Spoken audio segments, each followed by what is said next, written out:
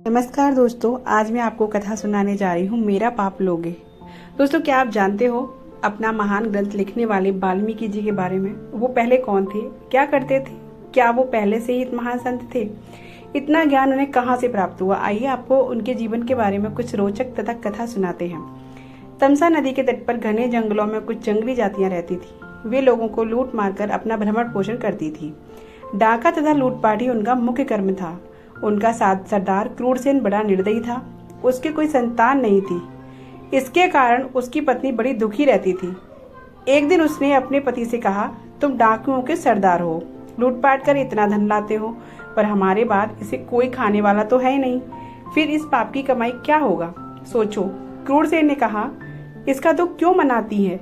अभी तक राहगीरों को ठगता लूटता हूँ, उसका धन छीन लेता हूँ। किसी दिन कोई बालक लूट कर लाऊंगा और उसे तेरी गोदी पर डाल दूंगा। उसकी पत्नी थोड़ी दयावान थी, बोली, हे भगवान, कैसी बात करते हो? सोचो उस माँ का क्या हाल होगा जिसका बच्चा तुम उसकी गोद से छीनकर उठा लाओगे। क्रूरसेन ने कहा, थोड़ा रो धो लेगी, फिर संतोष कर लेगी। जब उसे दूसरा बच्चा हो जाएगा, पहले वाले को भूल जाएगी। तुझे अपना बच्चा कभी नहीं होगा, इसलिए तेरी खुशी के लिए मुझे ऐसा करना ही पड़ेगा। एक दिन सचमुच क्रूरसेन किसी ब्राह्मण के बच्चे को उठा लाया। उसकी पत्नी ने उसे माँ जैसा प्यार देकर पाला। उसका नाम रखा रत्नाकर। बच्चा धीरे धीरे बड़ा होने लगा। जिस तरह निर्दयी डाकुओं के बीच रहकर वह पल रहा था, वैसे ही संस्कार उसमें आने लगे। बड़ा होकर उसने भी अपनी जीविका इसी प्रकार लूट मार से शुरू कर दी। क्रूरसेन अब बूढ़ा हो चुका था। उसके इस बेटे ने उसी के काम को अपना लिया। माँ को थोड़ा बुरा लगता था कि यह न जाने किस भले घर का लड़का है। हम लोगों की संगति संस्कार से लुटेरा बन गया है, पर कह कुछ नहीं पाती थी। लड़का जब जवान हो गया तो उसकी शादी कर दी गई।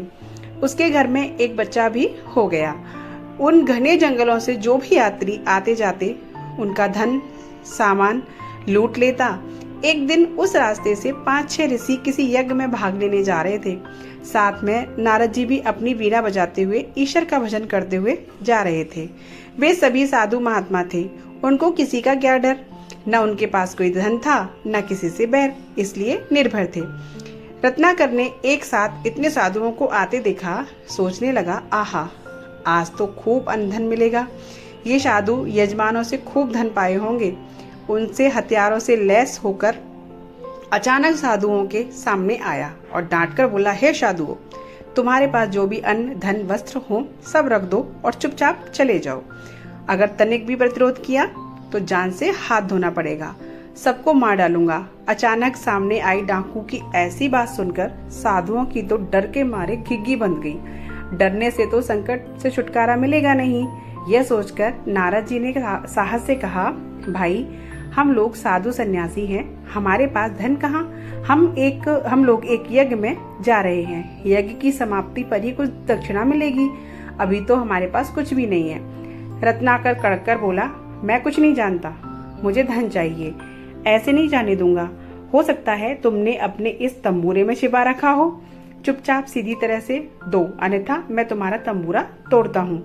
यह कह करके उसने नारद जी की वीणा छीन ली। नारद ने सोचा, बड़े संकट में आ गए हैं, अब क्या करें? एक तो यह कर्म से डाकू और बुद्धि से मूर्ख है, इसे तो दूसरी भाषा में ही समझाना होगा।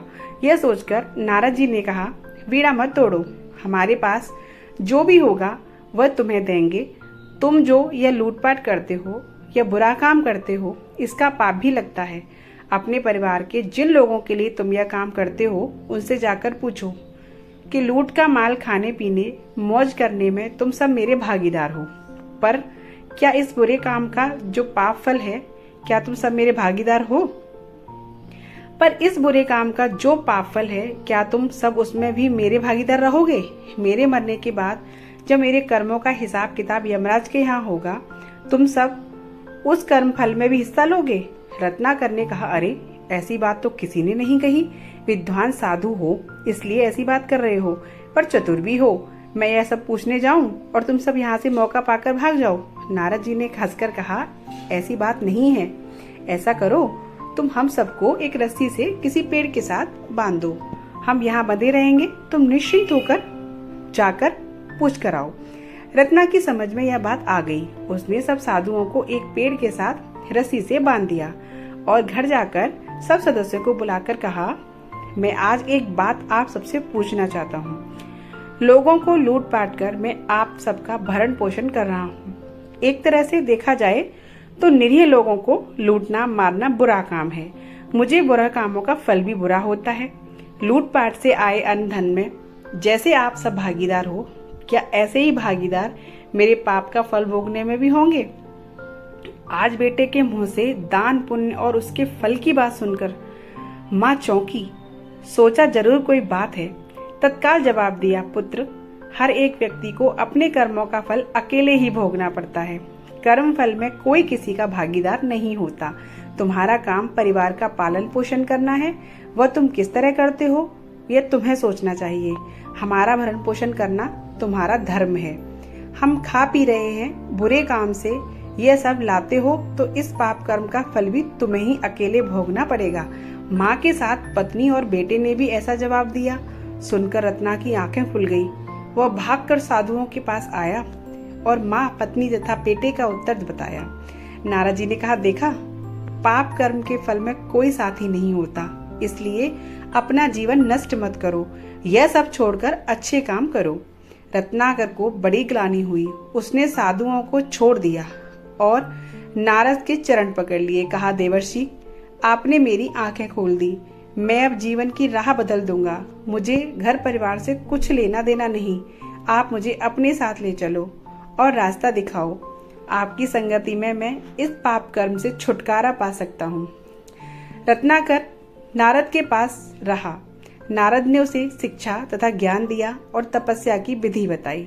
रत्नाकर सब भूलकर ऐसा तप करने बैठा कि अपना तन मन सब भूल गया। जहाँ वह समाधि लगाकर बैठा था उसके चारों ओर मिट्टी का वाल्मीकि बन गया। उसी के बीच वह तपस्या में समाधि लगाई रहा। एक दिन नारद के साथ सरस्वती देवी आईं। वर्षा से मिट्टी का वाल्मीकि घुल गया। रत्नाकर की समाधि भंग कर नारद ने कहा, रत्नाकर, उठो, तुम्हारी साधना तपस्या सफल हुई। बीड़ावादी सरस्वती तुम्हें महाकाव्य लिखने की प्रतिभा प्रदान करने आई है। अब तुम्हारा नाम वाल्मीकि से प्रकट होने के कारण वाल्मीकि ही होगा। समझो तुम्हारा पुनर्जन्म हुआ है। वाल्मीकि ने नारद और सरस्वती को प्रणाम किया। उन्होंने आगे चलकर भगवान श्री राम के जीवन पर रामायण लिखी, जो वाल्मीकि रामायण नाम से प्रसिद्ध है। दोस्तों, आज की कथा आपको कैसी लगी है हमें कमेंट में ज़रूर बताइए और कमेंट में जय श्री राम ज़रूर लिखना। अगर हमारे चैनल पर नहीं हो तो प्लीज़ हमारे चैनल को सब्सक्राइब कीजिएगा। राधे राधे।